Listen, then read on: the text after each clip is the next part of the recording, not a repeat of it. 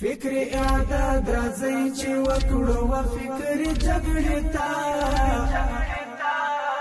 قلم را واخلو د پردیو و مخفي جګړې ته د نوي نسل فکرو پسې افغانستان کې د رسنیو سرلاري له تاریخي مخینې مشره او ملي رسنۍ د افغانستان ملي رادیو تلویزیون.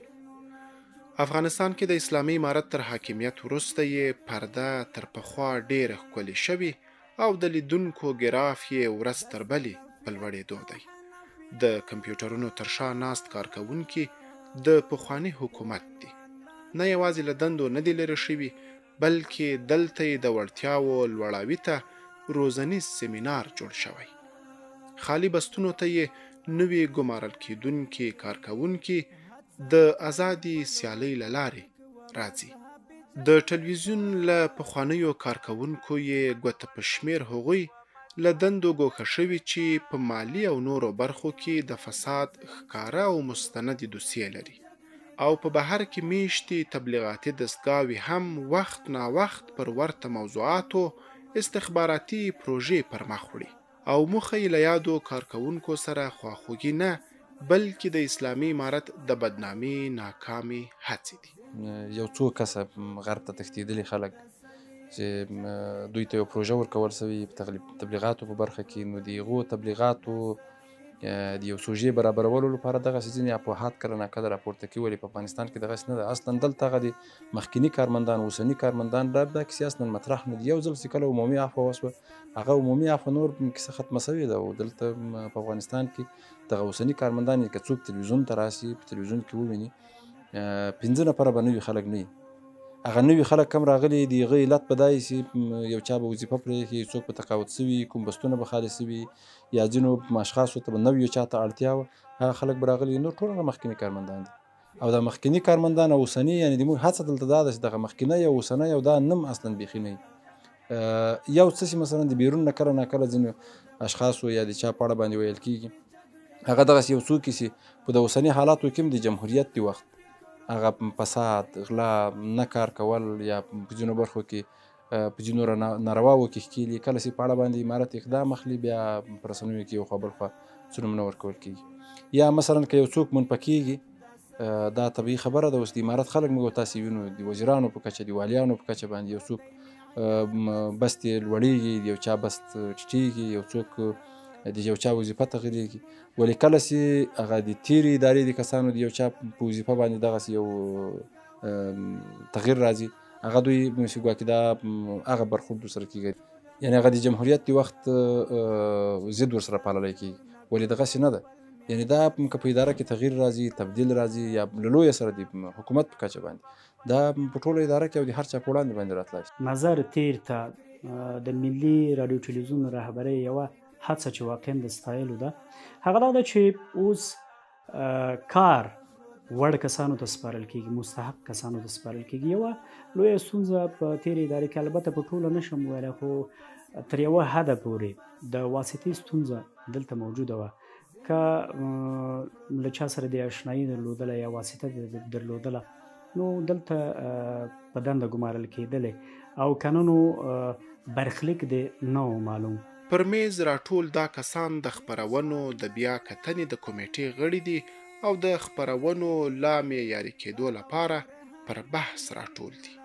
اسلام سره ښکاره په ټکر کې خپرونې لا له وړاندې له نشراتي نوملړه ویستل شوي، خو اوس یې دا اړخ ارزول کېږي چې څومره د خلکو له ذوق او افغاني ټولنې سره برابرې دي.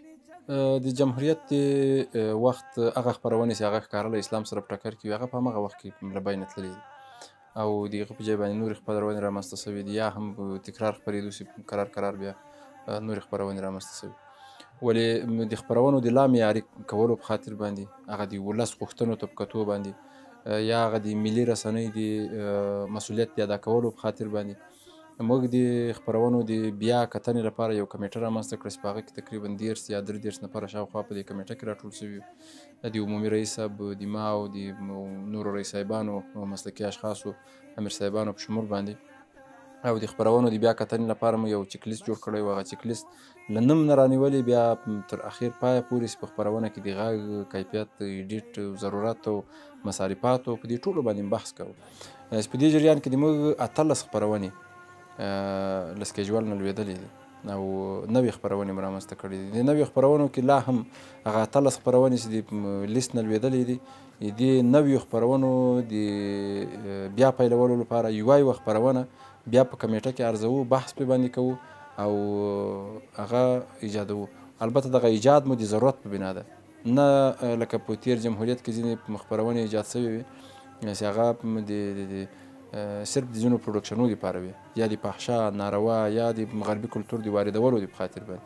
دا خپرونې نوې خپرونې چې هغه به له هېواده په هر اړخ کې د دفاع لپاره به یې او د ولس غوښتنه به یې، د نظام غوښتنه به یې، دغسې یو څه دي. په ملي ټلویزیون کې د تغییر یا د بدلون لپاره د یو کس خبره هم نه ده چې یو کس مثال په دې کې بدلون راولي. د افغانستان د اسلامي امارت رهبرۍ پریکړه وکړه چې تقریبا 10 کسیزه کمیټه وټاکي. د 10 کسیزه کمیټې څخه هدف دغه و چې په دې خپرونو کې هم په محتوا کې، هم په منځپانګه کې او هم د خپرونې په شکلي بڼه کې باید بدلون راشي. هماغه و چې په ځینو خپرونو کې ډېر ښه بدلونونه راغلل. مثال هغه موضوعات یا سوژې به هغه دغسې وي چې د اسلامي او ملي اصولو سره شاید په ټکر کې وي یا برابر نه وي، مګر اوس هغسې برابر دي. اوس موږ هڅه کوو دغه دی چې د ملي وحدت لپاره کار وکړو. پخوا به داسې و چې زیاتره وخت موږ به نشرات کتل په افغانستان کې، که هغه په ملي ټلویزیون کې وو که د ملي څخه د باندې وو، زیاتره به دغه د ملي وحدت یا د ملي یووالي لپاره کار نه کېده. اوس د افغانستان د اسلامي امارت په راتګ سره که زموږ ګزارشونه دي، که زموږ خپرونې دي، یوازینی هدف زموږ دغه دی د خپرونو څخه چې ملي وحدت تامین کړو. د ملي ټلویزیون خپرونې د اسلام له مبارک دین، د اسلامي امارت له پالیسۍ او افغاني ټولنې رنګ اخلي او همدا لیکل شوې پالیسي یې هم د توشیح لپاره ایښودل شوې ده. ملي ټلویزیون نشراتي پالیسي لري او موږ خپله په نشراتي پالیسي باندې تقریبا 2 میاشتې کار کړی ده او هغه نهایي شوې ده. مشرتابه ته تللې ده او د منظوري لپاره ورته انتظار کوو. هر دولت د خپل پالیسۍ مطابق خپل نشرات برابروي. د افغانستان د اسلامي امارت په راتګ سره د افغانستان د ملي ټلویزیون په نشراتو کې هغه خپرونه ور اضافه شوې چې هغه د افغاني کلتور، د افغاني عنعناتو او د افغاني ملي او دینی او اسلامي ارزښتونو سره مطابق وي. ملي ټلویزیون د افغانستان د خلکو رسنۍ ده، د افغانستان یو پخوانی ټلویزیون دی، د افغانستان د ټولو خلکو استازولي کوي. نو په دې ټلویزیون کې باید داسې خپرونې نه وي چې په یو قشر یا په یو طبقه پورې وړل شي. دلته باید ملي خپرونې وي او د ملي ټلویزیون له نیکه مرغه اوس ټولې خپرونې ملي دي. تاسو وګورئ، موږ په ملي ټلویزیون کې د یو بېلګې یادونه کوم چې اوس له نیکه مرغه ملي ټلویزیون کې هغه د نطاقانو قیافه چې ده، هغه د نطاقانو کړه وړه چې دي، یا د نطاقانو کوم هغه په ملي او اسلامي بنا باندې ولاړ کوم لباس چې دی، هغه اوس لیکه لورای ښکاري. نو تر ټولو مهمه خبره دغه ده چې موږ تاسو په ملي ټلویزیون کې چې اوس ګورو، د پام وړ بدلونونه په دې خاطر راغلي دي چې موږ د ملي ټلویزیون هرې برخې ته که وګورو، هغه نشرات یې د اسلامي او ملي ارزښتونو پر بنا باندې ولاړ دي. نو د ملي ټلویزیون نشرات اوس مهال داسې یادونه کېدله چې شاید کته لاړ شي، په کته باندې راولي، خو اوس مهال چې موږ ګورو دغه نشرات په بره باندې روان دي، ورځ تر بلې پرمختګ کوي او ورځ تر بلې به دغه نشراتو کې د پام وړ بدلون راځي. اما قسمی که از نام رسانه ها پیدا است که پل ارتباطی بین مردم و حکومت. رادیو تلویزیون ملی افغانستان اولین رسانه است که در صدد از این است تا صدای مردم به گوش مسئولین برسانه و پاسخ مسئولین به مردم برسانه.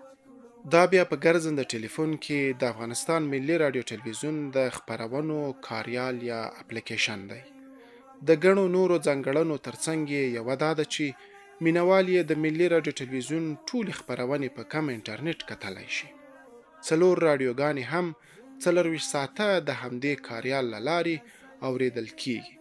یوازې دا نه، بلکې یاد اپلیکیشن هم د ملي رادیو ټلویزیون د کارکوونکو له لوري جوړ شوی دی. یوه مهمه لاسته راوړنه چې هغه په ملي رادیو تلویزیون کې نوې وه او دا د ملي رادیو تلویزیون لپاره یو اپلیکیشن موږ ایجاد کړو. نن سبا خلک تر تلویزیون موبایل ته ډېر لاسرسی لري او موبایل ډېر استعمالوي. بیا خصوصا په هغه سیمو کې چې هلته یو څوک برق نه لري، هغه سیمو کې چې هغه موبایل لري ولې تلویزیون نه لري، ځکه که برق نه وي نو هلته تلویزیون هم نشي کارولی. دې ټولو اړتیاوو ته په کتو باندې موږ د انډراید او د آیفون لپاره یو اپلیکیشن رامنځته کړو چې په هغه اپلیکیشن کې موږ ډېرې دغسې ځانګړنې جای په جای کړي دي چې هغه په افغانستان کې بل اپلیکیشن کې نشته. لکه په هغه کې موږ ټول سوشل میډیا څه اکاونټونه څه پلیټفارمونه چې دي هغه ټول جای په جای سوي دي. یو ښه والی یې دا ده چې کله یو خبر کتلی کېږي نو په وروستو کې هغه خبر بیا که انټرنیټ موجود نه وي نو ته هغه ته لاسرسی به لرې ګورې به وي. دغسې د ویب سایټ د برخې هغه کوم ورځني مواد چې راځي ځینې لویې ویډیوګانې چې هغه لکه د مستنداتو په برخه باندې موږ اوس لګیا یو دغه ځینې برخو کې مستندات جوړېږي هغه مستنداتو دپاره هم ځانګړې یو برخه ورکړې چې هلته یوټیوب کې رااخلو هغه تر خلکو پورې رسېږي. موږ په دې خپل چوکاټ کې 4 تلویزیونونه لرو. 4 سره تلویزیونونه موږ هلته په دې اپلیکیشن کې جای په جای کړي دي چې هر څوک کولی شي هر تلویزیون چې غواړي د خپل موبایل له طریقې په ژوندۍ بڼه باندې وګوري. ایجاد اپلیکیشن موبایل برای رادیو تلویزیون ملی به نام ملی که دارای توانایی خیلی زیاد می باشه. نشرات زنده 4 تلویزیون ملی، تلویزیون ملی نیوز، ملی سپورت و تلویزیون تعلیمی و تربیتی. نشرات زنده 4 چینل رادیو ملی افغانستان، رادیو صدای شریعت، رادیو ترنم و رادیو تعلیم تربیه.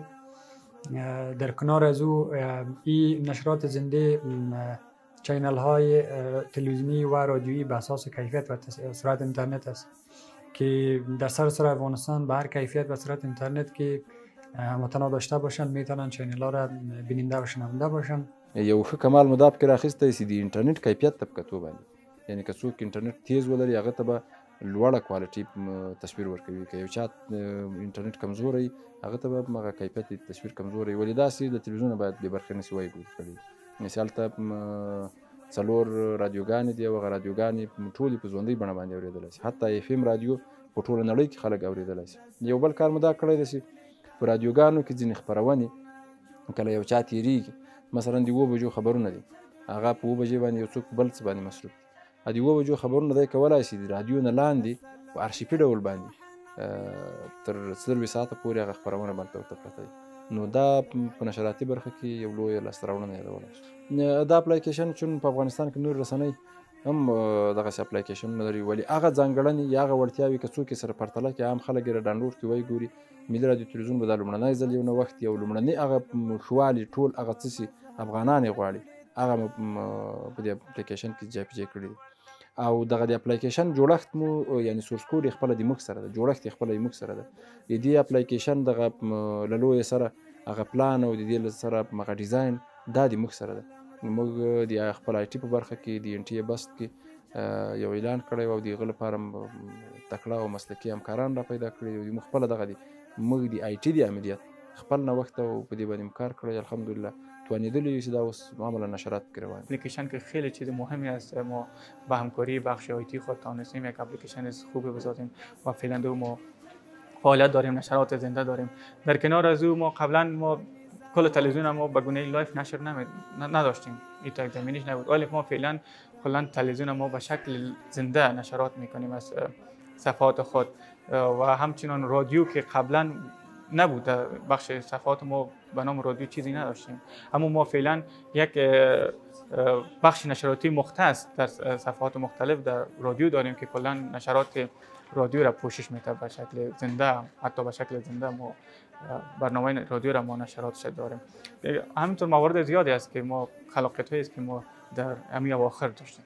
دلته د افغانستان د ملي رادیو تلویزیون لپاره د یوې خپرونې د ثبت چارې روانې دي. د کامرو او ګرځنده سټوډیو په ګډون ټول تخنیکی وسایل خپله د تلویزیون مال دی.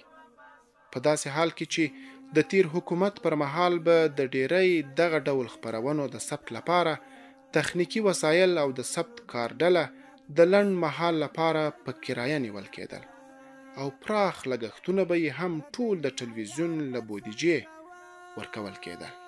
ملي رادیو تلویزیون د تخنیکي وسایلو لګانه الحمدلله غني ده او په دغه له فتحې راوروسته دې ته خورا لوړ کار شوی ده چې خپله ملي رادیو تلویزیون په خپله پښو ودرېږي. متاسفانه په جمهوریت کې چې دغه د کارمندانو ملګرو نه یې اورو ترتیب داسې و چې په جای د دې چې دلته خپل وسایل واخلي یا هغه پیسې چې دوی به بیرون یو پروډکشن ته پرې ورکولې په هغه به یې دلته 2 چنده وسایل اخیستلی شول، هغه نه اخیستل کېدل، د بیرون نه به کرایه راوړل کېدل ځکه په هغه کې شخصي ګټې وي. حتی شرکتونه خلکو جوړ کړي وو، یعنې خپل شرکت مثلا یو مشر به راولاړ سوی وو، یو شرکت به یې درلود چې هغه سره به بیرون نه هغه اجناس په کرایه راوړل کېدل او دلته به استفاده ځینې کېدله. ولې دې کار نه کېدو چې په هغه برخه کې دوی خپل وسایل واخلي او خپله استفاده ځینې وکوي. په دې برخه کې الحمدلله کار کړی ده او اوس تقریبا موږ څه ته اړتیا نه لرو. هر هغه تخنیکي وسیله چې هغه د یوې رسنۍ لپاره پکارېږي موږ هر څه خپل لرو. داسې کمبودي به وي، ولې د کمبودي د له منځه وړلو لپاره لا هم هڅې روانې دي چې موږ د ولایتي برخه او دلته په مرکز کې هغه ټولې برخې لکه څومره چې مناسبه وي هغه پښو ودرو. با پرودکشن های بسیار بزرگ پول گزاف مصرف میشه، اما مسئولیت کاری در دست ما نبود. زمانی که تغییر حکومت آمد صلاحیت کاری به دوش ما داده شد. ما فکر بکنیم که چینل سپورت داشتیم. چینل سپورت ما یک کامپیوتر داشت. یک کامپیوتر از او وقتی که برنامه کرکت، فوتبال، والیبال یک چیز میشد باز پرودکشن های بیرونی را می آورد پول گزاف میداد. ما به می حساب گفتیم ما افغان هستیم، از این افغانستان هستیم، باید ما یک چیز جور بکنیم و خوشبختانه که جور کردیم. د ټلویزیون خپرونې پخوا د ترکمن عالم سټلایټ له لارې خپرېدې. هغه سټلایټ چې نه یوازې د افغانستان کورنۍ رسنۍ پکې خپرونې نه لرلې بلکې په آسیایي هیوادونو کې یې پوښښ خورا محدود و. د رهبرۍ له هر اړخیزې ارزونې وروسته اوس د ملي راډیو ټلویزیون خپرونې یا سټلایټ ته اوښتي او د لیدونکو د ګراف د لوړوالي یو لامل یې همدا بلل کېدای شي. ملي راډیو ټلویزیون مخکې په ترکمن عالم سټلایټ په نوم باندې هغه کې خپل نشرات درلودل چې په هغه کې هیڅ افغاني چینل وجود نه درلود. یو چینل چې هغه د نظام په خلاف باندې یا د اسلامي نظام د افغانستان په ضد باندې جوړ شوی دی، هماغه یو چینل پکې و. د موږ ټولې داخلي رسنۍ هغه په 61 سټلایټ کې وي. نو ملي راډیو ټلویزیون هم غوښت چې همدې 61 سټلایټ ته راشي. یو بل نیمګړتیا د هغه سټلایټ دا و چې په ګاونډیو هیوادو کې یا خصوصا په اسیا کې د هغه نشراتي برخه کمه وه. یو بل نقص چې درلود هغه علت دا و چې موږ ته په کوم څه قرارداد شوی و د سټلایټ لپاره کوم بیټریټ د نشر کوم اندازه چې راکول شوې وه هغه په قرارداد کې غالبا 18 MB وه او راکول کېدل 15 MB. دې شیانو ته په کتو باندې کوشش مو وکړو چې موږ یې تغییر کړو. بله خبره دا وه چې له دې سره هغه تصویر کیفیت کمزوری و. یعنې که تاسې مخکې د یو کال وړاندې د ملي راډیو ټلویزیون تصویر او اوس سره مقایسه کړئ بیخي له ورایه هغه تغییر پکې معلومیږي. بله خبره دا ده چې کله به هم یو چا دغه په افغانستان کې یو څوک تلویزیونونه نیسي یا یې ګوري دلته هغه د ډیجیټل برخه کمزوري ده، هغه ټول د سټلایټ نه هغه ډیش انټنه رااخلي او د هغې طریق نه هغه خپل نشرات ترلاسه کوي. نو که معمولي به هم یوه ذره دغه د ډیش کاست دغه زاویه تغییر سوه نو ملي تلویزیون به یې له لاسه ورکوو او دا مناسب هم نه وه چې د افغانستان ټولې رسنۍ د ملي تلویزیون په خاطر باندې له لاسه ورکړي. نو یا به یې ملي تلویزیون نیو او یا به یې دغه نورې رسنۍ په ډېر کم تغییر باندې به یې ډېری وخت ملي تلویزیون له لاسه ورکړی. ښه مو وګڼله چې دغه ټولې رسنۍ د افغانستان ټولې رسنۍ چې په کوم سټلایټ کې دي ملي تلویزیون په همغه سټلایټ کې شي. هغه شخصي ګټې چې پخوا په دې کې چا لټولې او کوشش یې دا وسي ټولې رسنۍ شخصي رسنۍ هغه په یو سټلایټ کې ملي تلویزیون په بل سټلایټ کې هغه مو راخیستی ده او یا سټلایټ ته راغلی. لکه مثلا پخوا درته ووایم پخوا موږ ته 1 MB دغه د سپیس په لحاظ باندې موږ چې کوم سټلایټ په ذاته روان 1 MB به $3,200 راکول کېده، اوس په $900 راکول کېږي. پخوا موږ دغه د سټلایټ په برخه کې دغه څه نه درلودل چې موږ له یغو ساحو نه چې هلته انټرنیټ کار نه کوي یا انټرنیټ ضعیف وي او یا هلته هېڅ انټرنیټ وجود ونه لري. له هغه ځایه چې موږ پخوا نشرات نه سوی کولی یا که به مو کول هغه به له شخصي شرکتونه شخصي پروډکشنونه څه وسایل به خریداري کېدل په کرایه باندې، البته په کرایه به راوړل کېدل او له هغه چې به هغه د یوې ورځې یا د څو ساعتو په بدل کې به ډېر لوړ قیمت ورکول کېدو. اوس مو د هغه په مقابل کې خپله موږ په دې سټلایټ کې د بکهول لپاره یو جدا سپیس لرو. د هیواد په هر ځای کې لکه مثلا دغه د مهاجرینو موضوع چې تاسې یاده کړه یا د راتلونکي لپاره هر چېرته هغسې ضرورت کېږي د موږ د ملي راډیو تلویزیون له طریقه چې هغه موټر تر هغه ځایه پورې ځان رسوي وبیوان ځي او هغه ځای ژوندي نشرات راکوي. په ادارو کې د تیرې ادارې د فساد ریښې تر دې نشراتي ادارې هم را رسېدلې وي. له شرکتونو سره له شویو قراردادونو نیولې بیا د موټرو تر ټانکیو د دې فساد کچه د لګښتونو له اوسنۍ کچې سره له پرتلې له ورایه ښکاري. متاسفانه دلته یو عموما په ټول افغانستان کې مخکنی کومه اداره چې تېره سوې وه دا پټه نه ده او ټول خلک یې ویني چې دلته فساد و ناروا و او ځینې پروژو پیسې او ځینو کارونو هغه شخصي جوبونو ته تللي. ملي راډیو تلویزیون کې هم دغسې څه وو موجود و چې عملا دغه اوس هم په ځینو برخو کې موږ د ځینو شرکتو پیسې راګرځولې دي او ځینې شرکتونه مو بلاک لیست کړي دي او ځینو برخې مو راپلټلې دي. طبیعي خبره ده څه به وو. تر ډېره حده پورې الحمدلله دغه شفافیت برخې ته راګرځېدلي یو. هغه اداره شفافه ده، هغه کارونه اوس شفاف شوي دي. لکه یو مثال یې درته وایم، په مالي ریاست کې موږ د تیلو په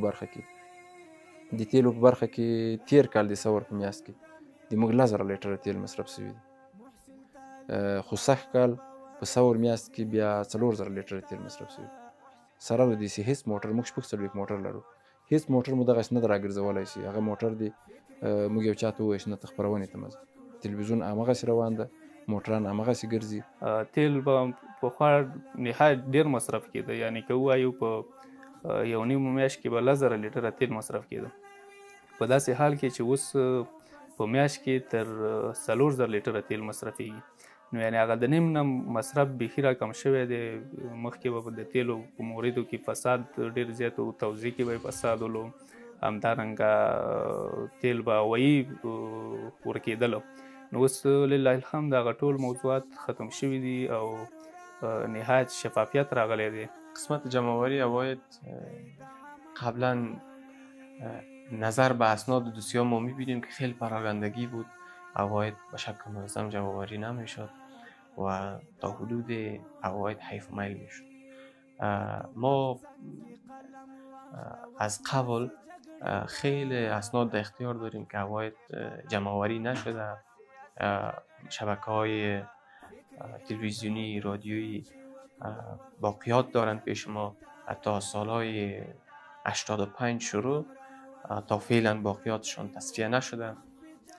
یعنی عدم تصفیه باقیات، عدم پرداخت عواید به معنای بودن جعل، به معنای بودن فساد در سیستم هوایدی بودن. فساد یک فرهنگ شده بود، یک فرهنگ بود برای مردم. زمانی که فساد در خون و رگ و ریشه مردم که بره، او فساد بالاخره از بین میره. خوشبختانه فساد از بین رفت. حال فساد از بین رفته که ما با پول بسیار کم فکر بکن که ماشاءالله قوی ترین ماستر کنترل در سطح افغانستان ما داریم، قوی ترین استودیوها داریم، قوی ترین وسایل تکنیکی داریم. یک چیز بسیار عمده را براتون بگویم که ما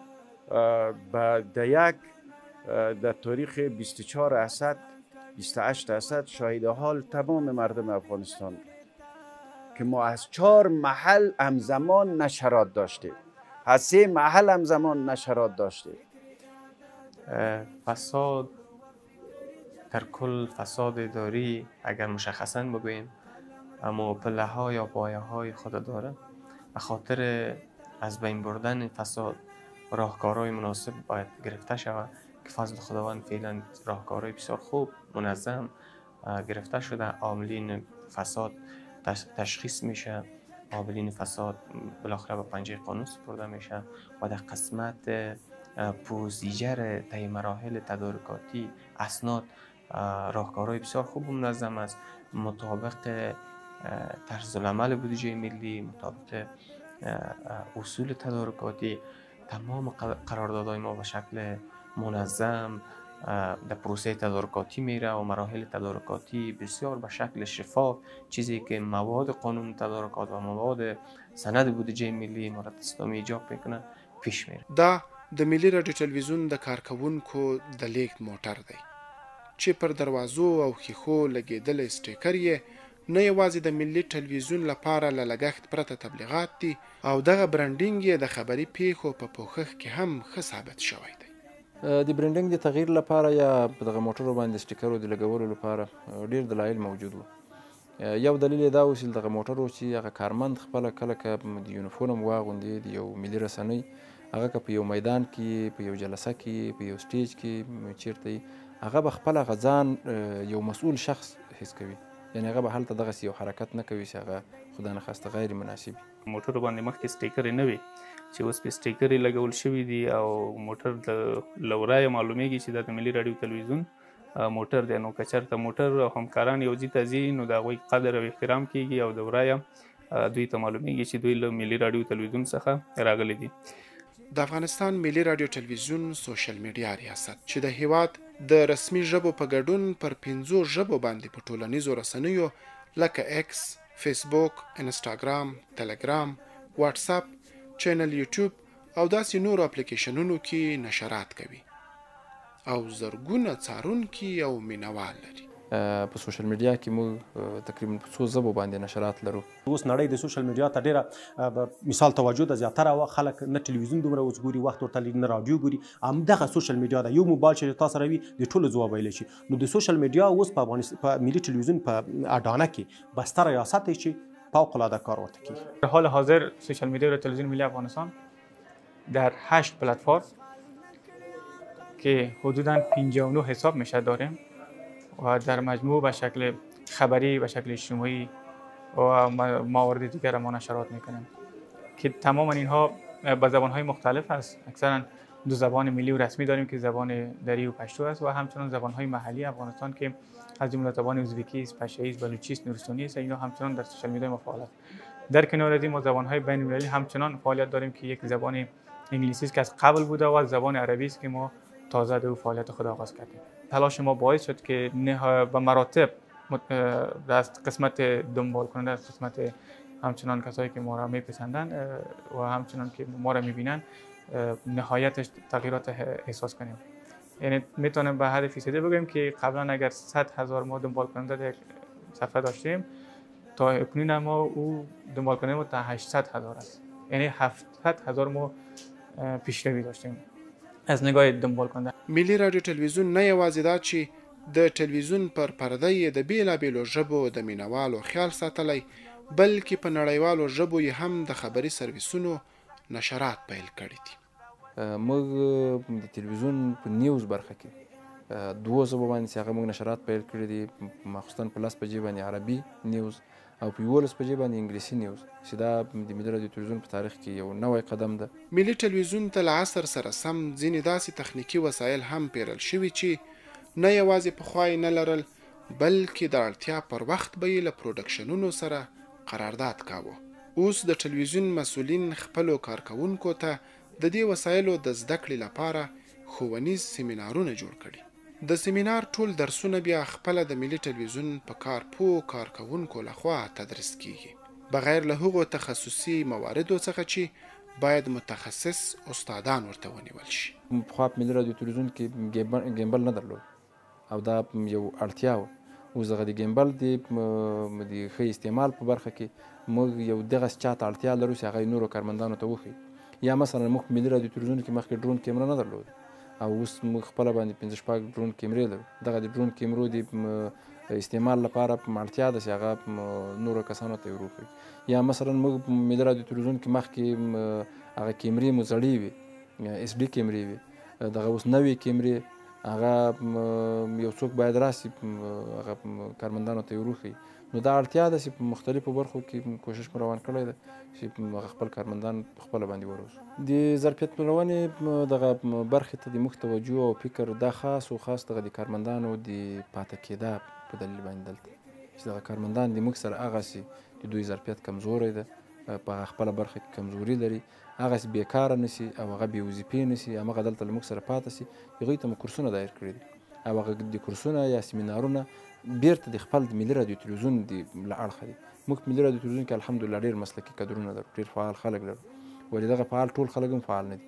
او یو علت یې دا و چې دلته له هغو خلکو کار نه دی اخیستلی سوی، هغه خلک چې معمولي یو ډېره کمه خواري غواړي، یو کم تکلیف غواړي چې هغه اپډیټ سي، ځان ورسوي، دوی به د بیرون نه یو څوک راوستل، د بیرون نه به یې قراردادي خلک راوستل، د بیرون نه یو څوک به راتلو، هغو به کار کوه، هغه بله ورځ چې وظیفه به یې خلاصېدله دې ځای به تو هغه څوک چې په رسمي تشکیل کې دلته موجود و هغه ځپل سوی و، د هغه روحیه مړه وه، د هغه چې کار نه اخیستل کېدو.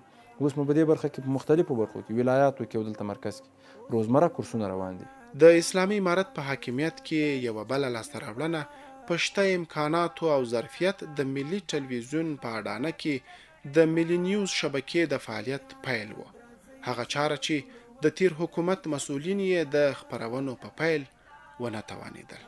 خب قسمی که شما آگاهی دارین که تلویزیون ملی نیوز قبلا افتتاح شد در یک سری خیلی کوچک، ولی بین کارمندا انگیزه وجود نداشت، اراده قوی وجود نداشت و رهبری کوشش به این نمیکرد که تلویزیون ملی نیوز باید به شکل درستش پیش برده شود. په تیر اداره کې هم موږ ډېر امکانات درلودل، ټولو ته دا جوته ده دا خبره، خو یوازینی شی چې تشه محسوسېدل هغه دا و چې کلک هوډ او اراده موجوده نه وه. په تیرو 3 کلونو کې اسلامي امارت او په خپله ملي راډیو ټلویزیون رهبري چې ده اراده یې پیاوړې وه او همدا د دې لامل شوه چې ملي نیوز افتتاح شي او عملی چاره پیل شي. و فعلا قسمی که دیده میشه رهبری امارت اسلامی با خصوص تلویزیون ملی و همچنان کارمنداش انگیزه داره و اراده و پیشبرد از این برنامه داره. قسمی که شما میفهمید که تلویزیون ملی نیوز خیلی امکانات خیلی کم داره فعلا، ولی با این امکانات کم خود کارمندا اراده قوی به خاطر پیشبردش دارند. با آمدن امارت اسلامی رادیوی افغانستان در هر سرسات خبر داره و خبری که دست اول است و همچنان منبع موثق و خبر با ارزش. در گذشته ما از رادیو صرف 5 دقیقه خبر داشتیم سر هر ساعت و 2 سرویس مرکزی خبر داشتیم 7 تا 8. حالا ماشاءالله ما در ساعت 7 صبح که سرویس های خبری ما آغاز میشه، سرویس های خبری ویژه مفصل با گزارش ها است سر تا سر 33 ولایت افغانستان به شمول کابل 34 ولایت. له اوسني عصر سره برابرې د ټلویزیوني خپرونو دغه سټوډیوګانې د ملي راډیو ټلویزیون د آرټوګرافیک برخې کارکوونکو لخوا جوړې شوي. هغه چاره چې تر دې وړاندې به د یوې سټوډیو جوړولو لپاره له بهره ورته کسان راوستل کېدل او پر خپلو ظرفیتونو د نه باور له امله به بهرنیو انجینرانو ته لکونه ډالر ورکول کېدل. دا هر څه د یو بېوزله هیواد د وګړو د وینو په قیمت تمامېدل. خو ډېری داسې مواد هم شته چې د شخصي او ناسنجول شوي ذوق له مخې ترې د یوې خپرونې د ثبت کار هم نه دی اخیستل شوی. خو اوس په کم لګښت او له شته ظرفیتونو په ګټې اخیستنې سره په لوړ کیفیت د سټوډیوګانو جوړول له پلانه تر ګټې اخیستنې دلته کېږي. له هغې جملې څخه یو تغیر د ملي راډیو تلویزیون د سټوډیوګانو رغول دي. موږ په ملي راډیو تلویزیون کې یوه سټوډیو اوس دغه مرکزي سټوډیو کومې سټوډیوګانې چې موږ رغولې دي او کار پرې باندې کېږي هغه ډېر هغه یو ضرورت او ډېرو کارو ته په کتو باندې یو سټوډیو مو رغولې ده او په ډېرو کمو مصارفاتو باندې مصارف هم پرې باندې لوړ نه دي راغلي او هغه سټوډیو چې عملاً کار اخیستلی کېږي. پخوا داسې و چې مثلا یو سټوډیو به ایجادېدله یا جوړېدله یو څونه پوره سره کېناستې دلته ډېر مثالونه یې دلته شته. سټوډیو رغول سوې ده ولې یوه ورځ هم استفاده نه ځینې سوې، هغه بېرته له بینه تللې ده. ولې اوس کوشش مو دا ده چې له یوې سټوډیو چې د موږ په مختلفو برخو کې په مختلفو برنامو کې د هغو استفاده وشي. لکه مثلا موږ دغه لوی میزونه دي چې کله په یو سټوډیو کې جوړېږي هغه باید ټایرونه ولري چې هغه له یوې ساحې نه انتقال شي بلې ساحې ته او په دې ځای کې بیا بله خپرونه ثبت شي. یا مثلا موږ په بیکګراونډ کې انوارۍ لرو، هغه انوارۍ باید وګرځي چې یو طرف باندې به استفاده کېدله اوس دغه بل طرف هم ځینې استفاده شي. مصارفات هم ډېر نه وي او هغه کار هم ځینې واخیستلی شي او دا ښکاره تغیرات. یعنې هلته اوس تقریبا د موږ دغه ډېر کارونه ډېر کله ډېر کم ضرورت و چې موږ بیرون یو شرکت ته چاته مراجعه کوو د موږ تقریبا دا هر څه د خپله د آرټوګرافیک د برخې دلته چې موږ کوم په تشکیل کې کوم ملګري لرو د همدغو ملګرو په توسط باندې دا کار روان دی. خوشبختانه که ما از سیستم کاری خود رادیو تلویزیون کمپلیت یک سیستم داره. ما آرتوگرافیک داریم که در بخش دیزاین و دیکور یا کار میکنن. اگر ما موادش از بیرون خریداری کردیم، ساختار کارش خود دیکوریشنش ارتوگرافیک ما کرد. اگر ما بعضی وسایل که از بیرون خریداری کردیم، نقشهش، دیزاین کار تکنیکیش خود ما و همکارای ما کرد که امروز ادامه داره کار ما پلانای زیاد داریم. مخکې د بیرون بازار خو څه کوي چې د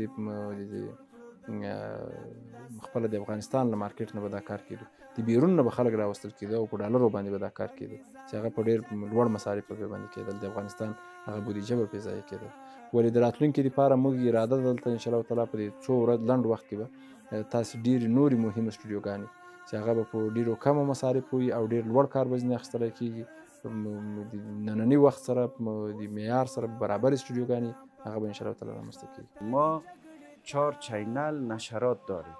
از یک نقطه فکر بگو قبلا یک کامپیوتر استفاده میشد، اما حال هر چینل ما تجهیزات علایده داره، استودیوهای علایده داره، استودیوی شبکه خبر کاملا علایده است که 3-4 استودیوی که مربوط از او است، استودیوی پرودکشنش، استودیوی پی سی آرش او کاملا علایده است. استودیوی ملی، او استودیوی ملی کاملا پرودکشنش علایده است، استودیوهایش علایده است، استودیوی ملی سپورت هم به می شکل، و استودیوی تلویزیون تعلیمی و تربیتی هم به می شکل که وسایل تجهیزات زیاد به کار است که ما خوشبختانه امروز وسایل تجهیزات خریداری کردیم، از خود دولت بر ما خریداری کرده که ما از اون استفاده فراوان داریم. له ملي ټلویزیون څخه حج ته تللي کارکوونکي د دې فریضې د بیلابیلو مناسکو پر ثبتولو بوخت دي. دا د کوم ځانګړي راپور او شته پیښو د ثبت صحنه نه ده، بلکې د پلان له مخې تللې کارډله د حج د مراسمو د یو جامع داسې مستند پر جوړولو کار کوي چې حج ته تلونکي کسان به ترې د مراسمو د ادا کولو لپاره معلومات اخلي. مخکې پخوا هم د جمهوریت په وخت کې حج ته خلک لیږل کېدل او دغه د حج لپاره د حج اوقافو لخوا به یادونه ورته کول کېده، دغه مصارف به د هغوی په غاړه و، له دې خوا به 2 کسان کارمندان حج ته او دا کارمندان چې به کله انتخابېدل دا به یو قرعه کشي به کېدله چې 1-2 کسان یې بس دا خلک د لاړ شي د حج لپاره. هلته چې به تللو هغه ځای چې به یو څو ګزارشونه رالېږل. لومړنی ځل داسې موږ د دې حج کې سږ کال موږ دا تصمیم نیولی چې له دې ځای چې دغه کوم کارمندان چې هغه ته ځي حج ته ځي، په حج کې به دا کارمندان هلته د پیل نه مثلا له دې ځای له کوره چې روانېدل او بیرته تر راتګه پورې دغه ټوله صحنه ټول حالات یې ریکارډ کړي دي، ثبت کړي دي ځان سره. دا یې دې په خاطر باندې چې په دا اوسني حالاتو کې کله که څوک عمرې ته ځي یا حج ته ځي هغه یوټیوب چینل ګوري، هغه انټرنیټ ګوري، هغه نور سوشل میډیا کې څه ګوري، هغه یا په نورو مذاهبو دي یا په نورو ژبو باندې دي، هغه معلومات دقیق نه وي، د موږ د مذهب سره سر نه خوري. دغه د موږ کارمندان چې تللي دي دغه اوس په کومو پیکیجو باندې د حج او د عمرې چې کار روان ده، دا به لومړنی ځل او د ملي راډیو تلویزیون په تاریخ کې لومړنی یو کار وي چې موږ به دغسې یو سیټ اپ د افغانستان په محلي ژبو او په دغه 2 رسمي ژبو باندې موږ دغسې یو څه ولرو چې بیا به څوک دې ته اړتیا نه لري چې بل ځای یو څه پسې وګرځي. امرا به یې په سکرین ویني، امرا به هغه پروسه مخامخ د کیمرې په مخ باندې ویني او هغه د عباداتو برخه یا هلته هغه د تګ و راتګ د اوسېدا په تیاره کې د احرام تړلو فرض او سنت هغه ټولې برخې په ډېر ښه ډول باندې عکاسي سوي او ثبت سوي دي چې دا به د ملي راډیو تلویزیون یو ډېر لوی لاسته راوړنه یو د ولس لپاره به یو خاصه ګټه وي. دلته بیا د امریکایي اشغال د 20 کلنو وحشتونو پر مستندولو کار روان دی. که څه هم د دې خونړي انقلاب او پر ضد یې د افغان ولس بې سارې مبارزه له چا پټه نه ده، خو د دې مستندونو یوه ستره موخه افغان راتلونکي نسل ته د ازادۍ لپاره د خپلو اجدادو د قربانیو وریادول دي. ملي ټلویزیون د خونړي اشغال تاریخي، فکري یرغل، سیاسي او اقتصادي مستندونو لپاره د ټلویزیون په تشکیل کې نوی مستقل آمریت او بشپړ مسلکي کاري ټیم ګمارلی دی. موږ په دې برخه کې د مستنداتو لپاره یو ځانګړی مستقل آمریت رامنځته کړو چې هغه کې بیا تقریبا 3-4 آمریتونه دي او دغه آمریتونه هر یو خپل مسؤلیت لري چې په هغه کې یوه غوښنه برخه یې خاصه برخه یې هغه د 20 کلن اشغال ثبت ده. په دې 20 کاله کې څه تیر سوي دي، کوم ورانی راغلی ده، کوم ظلمونه سوي دي، کومې نارواوې سوي دي، کوم افغانان ځورېدلي دي، څنګه دا خلک ځورېدلي دي، دا ثبتوو او ارشیف ته یې سپارو او قرار دې نه کوشش کوو چې هغه ولس دغه څه چې دلته تیر روان وو او اوس روان دي دا خلکو ته وړاندې. د مستندونو پخوا موږ یو عادي مدیریت درلوده، اوس له نیکه مرغه هغه په آمریت باندې بدل شوی. د آمریت څخه هدف او موخه هم دغه ده چې باید په تلویزیون کې د مستندونو برخه کې زیات بدلونونه راشي چې راغلي دي. دا د ملي ټلویزیون د مرکزي څانګې حویلی ده. له منځه یې دا تاو شوی اوسپنیز دیوال او اغزن سیم د همدې ټلویزیون ځمکه ده چې د تیر حکومت پر مهال یوې بهرنۍ ادارې ته متر مربع په یوه امریکایي ډالرو ورکړل شوې وه. یوازې دا نه ده، پر نورو ځمکو یې آن د غصب قضیو شتون درلود چې اوس بیرته راګرځول شوي دي. ملي راډیو تلویزیون تقریبا ډېر جایدادونه لري او د ډېرو جایدادو علت یې هم دا ده چې کله هم د ملي راډیو تلویزیون چېرته دغه انتن د پرېستندې دا درېږي هغه ډېرې مضرې شعاوې لري او دغه د ولس له شعاوو د خلاصون په خاطر باندې چې دغه خلک له شعاوو متضرر نه شي، نو شاوخوا ډېر لوجی ورته پرېږدي او په دې کې په مختلفو وختو کې خلک ورته راداخل سوي دي، دغه مځکې یې غصب کړي دي. لکه یو مثال یې په یکتوت کې، په یکتوت کې موږ 12.5 جریبه مځکه تقریبا 12 کاله غصب سوي او هغه یو بل چا خوړل. په دې باندې هر څومره زور وهل سوی ده، چا چې کوشش کړی ده هغه بیرته د مافیا ښکار سوي دي، یا په هغه کې فساد سوی ده، یا د هغه په مقابل کې څوک درېدلي دي، یا د هغه په وړاندې باندې له زوره کار اخیستل سوی، له واسطو کار اخیستل سوی ده چې لله الحمد موږ دغه یو څه موده وړاندې وتوانېدو او د عدلیې وزارت د وزیر صاحب محترم په همکاري باندې او د هغوی په لارښوونه باندې د هغوی په مرسته باندې هغه مځکه له غصب نه راوګرځېدله، اوس د ملي راډیو تلویزیون په اختیار کې ده. دغسې دلته موږ په مرکز کې څو جریبه مځکه وه چې هغه په خارج کې یو چا ته تقریبا د اشرف غني په وخت کې په $1 باندې متر مربع ورته حساب سوي وو چې هغه بیرته راوګرځېدله. دغسې موږ په پلي چرخي کې مځکه لرو چې هلته نږدې وو چې خلک هغه د شاوخوا چاردیوالي سپېره تاو سوې ده، هغه چاردیوالي له بینه یوسي، همغه مځکې دفاع سوې ده او همغه مځکه بیرته هغه کوم ځای چې عامو خلکو ضرر ورته رساوه یا متضرره کېدله هغې برخې مخنیوی سوی. ملي ټلویزیون د نورو ډیری امارتي ادارو په څیر یوه عایداتي اداره ده. کلونه د دې ادارې عواید له کومې ځانګړې تګلارې پرته راټول شوي چې حساب ورکونې لپاره یې د وخت له هر کارکوونکي، شرکت او دولتي ادارې سره جلا جلا خبرو ته کینو. خو اوس تازه په بیلابیلو پړاوونو او شرایطو د عوایدو د راټولولو پر تګلارې کار کیږي. د ملي راډیو تلویزیون د بازاریابي برخه یا د مارکیټینګ برخه هغه متاسفانه به ووایو چې د عوایدو ترڅنګ چې عواید راپورته کېدل داسې مشخص میکانیزم یا مشخص چوکاټ نه ورته جوړ شوی چې په هغه تګلاره کې مخکې لاړ شي. اوس تقریبا څه موده وړاندې د عمومي رئیس په هدایت یو کمیټه رامنځته سوې ده او په دغه کمیټه کې د دې لپاره یو مشخصه تګلاره باندې کار کېږي او تقریبا رانهایي سوې ده چې د موږ د دولتي اداراتو سره د مارکیټینګ په برخه کې تګ څنګه وي، شخصي تجاراتو سره مو تګ څنګه وي او د شرکتونو سره د موږ مثلا هغه د مارکیټینګ د برخې هغه مسؤلین په کوم ډول باندې ورسره مخکې لاړ شي. عواید چې مثلا راټولیږي هغه د یو شخصي جوړجاړي له مخکې لاړ شي او که د یو اداري اصولو د اداري پروسیجر د لارې هغه چوکاټ مخکې لاړ شي. نو په دې باندې تقریبا هغه کار سوی ده او دغه د مارکیټینګ د برخې لپاره ټول لایحه او طرز عمل نهایي سوي دي. په لنډ وخت کې به انشاءالله تعالی په کار پیل وکړي. په تیر حکومت کې د ملي ټلویزیون د ننه یوازې د مالی ادارې او د ځمکو غصب قضیې نه دي چې اوس یې پر تصفیه کار روان دی، بلکې پر اسمایي غره ولاړې د شخصي ټلویزیونو دا ولاړې ستنې هم د ملي ټلویزیون پوروړې دي. اوس یې مسؤلینو د پاتې حسابونو د پاکولو لپاره مټې رابډ وهلې دي. د کوی اسمایي په برخه کې یو څه یادولی شو، کله ناکله زه ملګرو ته یادونه کوم په ډېرو برخو کې له موږ چې دغه داخلي رسنۍ کله خفه وي.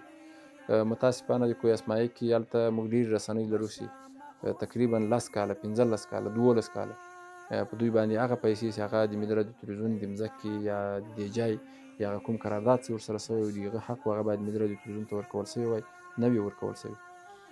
یو هیات مو انتخاب کړو چې په هغه هیات کې خپله زه م وم. هلته تقریبا 3-4 ورځې ټول ډیوایسونه هغه مو شمار کړو، په هغه پسې وګرځېدلو، هغه څه اصول چې د ملي راډیو تلویزیون او د هغې شرکت لخوا کوم تفاهم پې باندې سوی و، تړون سوی و، هغه مو بررسي کړل او د هغه نه اوس تقریبا ښه لوړ عواید د افغانستان ملي راډیو تلویزیون هغه بانکي اکاونټ ته جمع کېږي او لا هم دا پروسه په ښه شفاف ډول باندې روانه ده، ولې هغه له درېدلي حالت نه راوتلې ده. پخوا دغه داسې موجود اوسي له 1200 کلو چې هلته هغه پیسې په باندې پاتې وي، نه وي جمع کړې، ولې اوس هغه پیسې جمع کېږي. باغوان د ملي تلویزیون د ټوکېدلي چمن پر اوبولو بوخت دی. د تلویزیون دا زرغونه فضا د کارکوونکو او د خپرونو د میلمنو لپاره آرام بخښونکې ده. که څه هم د میلمنو لپاره ځانګړی میلمستون شتون لري، خو ډیری میلمانه خپرونې ته تر تګ وړاندې پاتې شیبې په همدې فضا کې تیروي. دا ودانۍ تازه رنګ شوي او د تلویزیون دننه ډیری ښکلاییزې چارې لا هم دوام لري. د ملي راډیو تلویزیون د ښکلا په برخه کې چون ملي راډیو تلویزیون یو فرهنګي او هنري ځای ده، دې لپاره مو کوشش دا روان ده کوم څومره بودیجه چې لرو یا څومره امکانات چې لرو، وخت په وخت باندې مو هغه تعمیرات په نظر کې نیولي، ځینې تعمیرات رنګېدلي دي او ځینې تعمیراتو لپاره هغه شعارونه، لوګوګانې او هغه څه چې د ښایسته توب یا ډیزاین په برخه کې ضرورت او اړتیا هغه مزین شوي دي او ښایسته شوي دي. د چمنونو او د باغباني په برخه کې، د ونو او سرسبزي په برخه کې هغه الحمدلله تر پخوا یې ډېره ترقي کړې ده، ښه شوي دي او لا هم د ښکلا لپاره په خپلو امکاناتو باندې، یعنې خپل دلته چې موږ څه لرو د هغه لپاره یوه ښه استفاده شوې ده او کار کېږي. ملي راډیو تلویزیون د تالارونو او کانفرانس رومونو ترڅنګ مثلا موږ دغه تالارونه چې وو، یو تالار به په یو سټوډیو باندې نیول شوی و، په همغه کې به کار کېدو او نور خپرونې یا نور څه چې هغه په هغه تالار کې شوي وو یا ډېر مهم به و، یو ډېر لوی تالار به و، د هغه مخه به نیول شوی و، هغه کار به هلته نه کېدو. هغه ضرورت ته په کتو باندې مثلا دغه سټوډیو په کوم ځای کې مناسبه ده، دا خپرونه د تالار په کومه برخه کې مناسبه ده او دلته کله هغه کار وشي، په دې برخه کې انشاءالله تعالی ښه کار شوی ده. بل موږ دا اوس ملي راډیو تلویزیون کې موږ دغسې یو نړیوال یا په سټنډرډ معیاري سټنډرډ برابر کانفرانس روم نه درلود چې اوس الحمدلله جوړ کړی ده او د دې نه تنها داسې موږ خپله باندې نور د موږ اړوند خپله وزارت یا خپل ټول ریاستونه هغه په ډېر ښه ډول باندې کولی شي هغه استفاده وکړي. لیکوال د ملي مجلې لپاره د یو مطلب پر لیکلو بوخت دی. دا د ملي مجلې دفتر دی چې له اوږدې مودې وروسته بیرته فعاله شوی او د ملي مجلې د چاپ لپاره چمتووالی روان دی. د مجلې ټولې چارې دلته بشپړېږي او یوازې د چاپ لپاره تر مطبعې وړل کېږي. مطالب یې د ملي تلویزیون د پالیسۍ له مخې لیکل کېږي او تر چاپه ځي. د ملي راډیو تلویزیون مجله واسې د ملي مجلې په نوم باندې ده. دا تقریبا له فتح راوروسته لومړنی ځل د لله الحمد چې خپله باندې بیا لومړنۍ ګڼه تقریبا میاشت وړاندې چاپ شوه او دا به میاشت باندې چاپېږي. چې ملي راډیو تلویزیون یو فرهنګي او ادبي ځای ده، دلته موږ خپله باندې لیکوالان لرو او خپله ډېر فعال خلک لرو، نو هغه د مجلې هغه درېدلی حالت موږ بیرته پیل کړی ده او انشاءالله تعالی دا لړۍ به جریان لري. د یاسټ سټلایټ له لارې د ملي تلویزیون نشراتو په پیلېدو سره نه یوازې دا چې د ملي راډیو تلویزیون د تصویر کیفیت لوړ شوی، بلکې لګښتونه یې له پخوا څخه په مراتبو کم او د اعلی قدر امیرالمؤمنین حفظه الله له فرمان سره سم د سپما اصل هم په پام کې نیول شوی. ترڅنګ یې د نشراتو پوښښ پراخ شوی او حتی اوس یې نشرات په ګاونډیو هیوادونو کې لیدل کېدای شي. نوي سټلایټ چې موږ یاسټ ته تللي یو، یاسټ مثلا پخوا موږ په نیم ایران کې موږ نشرات نه لرل، یا موږ په متحده عرب اماراتو کې نشرات نه لرل، موږ د اسیا په مثلا موږ پاکستان کې چې هغه ضرور د ګاونډی هیواد ده او موږ هلته افغانان میشت یو، دغه موږ نشرات باید هلته ورسېږي، موږ نشرات د اروپا په ځای باندې باید ګاونډیو هیوادو ته نو هغه نشرات اوس هغې برخې ته رسېږي. نه تنها داسې اروپا ته نه رسېږي، اوس په اروپا کې نشرات تقریبا عموما د کیبل د لارې دي او په کیبل کې موږ خپله باندې اوس هم شتون لرو. اروپا او اسیا ته د موږ نشرات په ډېر ښه ډول باندې رسېږي او هغه نشراتي لیدونکي د موږ د پخوا په پرتله باندې څو چنده زیات شوي. تمرکز یوازې پر مرکزي تلویزیوني نشراتو نه دی. ولایتونو کې هم د دې ملي رسنۍ د نشراتو د وسایلو عصري کولو او نشراتو معیاري کولو په لومړیتوب کې دی. د ملي راډیو تلویزیون اړوند ګوته په شمېر داسې راډیوګانې هم شته چې خپرونې یې له پخوا په ټپه ولاړې دي، خو نوې رهبري یې د پراخ پلان د یوې برخې په توګه د بیرته فعالولو لپاره ګامونه اخلي. بله برخه د محلي تلویزیونونو په اړه باندې داسې هغه انالوګ سیستم دا انالوګ سیستم ډېر ګزاف مصرف لري. هدف دا ده چې هغه وارزه اوس څومره لیدونکي لري، که لیدونکي نه لري چې هغه مصارف موږ په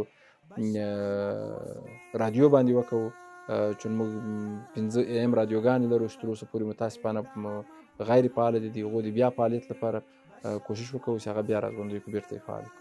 ملي ټلویزیون شاوخوا 2 لسیزې د خلکو د رسنۍ په نوم یوازې شعار پاتې شوی و، ځکه د ملي په نوم خلکو ته داسې خپرونې پکې نندارې ته ایښودل کېدې چې نه یې د اسلام له مبارک دین سره اړخ لګاوه او نه یې له افغاني اصل کلتوره رنګ اخیست، بلکې د کرایي ملیشو په وسیله د افغان ولس د یوې سترې برخې وینې پکې د خبرونو سرټکي وو او د افغانستان د ازادۍ په نوم ورځې به پکې د شکر او سجدو پر ځای د کرایي نڅاګرو په نڅا پکې نمانځل کېدې. خو د اسلامي امارت تر حاکمیت وروسته د خلکو د رسنۍ په توګه د ملي ټلویزیون له پردې د افغان ولس رښتینی انځور خپریږي او د افغانستان د رسنیو په منځ کې پر یو داسې سټیج بدل شوی چې د شعارونو زمزمه په لاس د عمل پر ډګر ګامونه اخلي.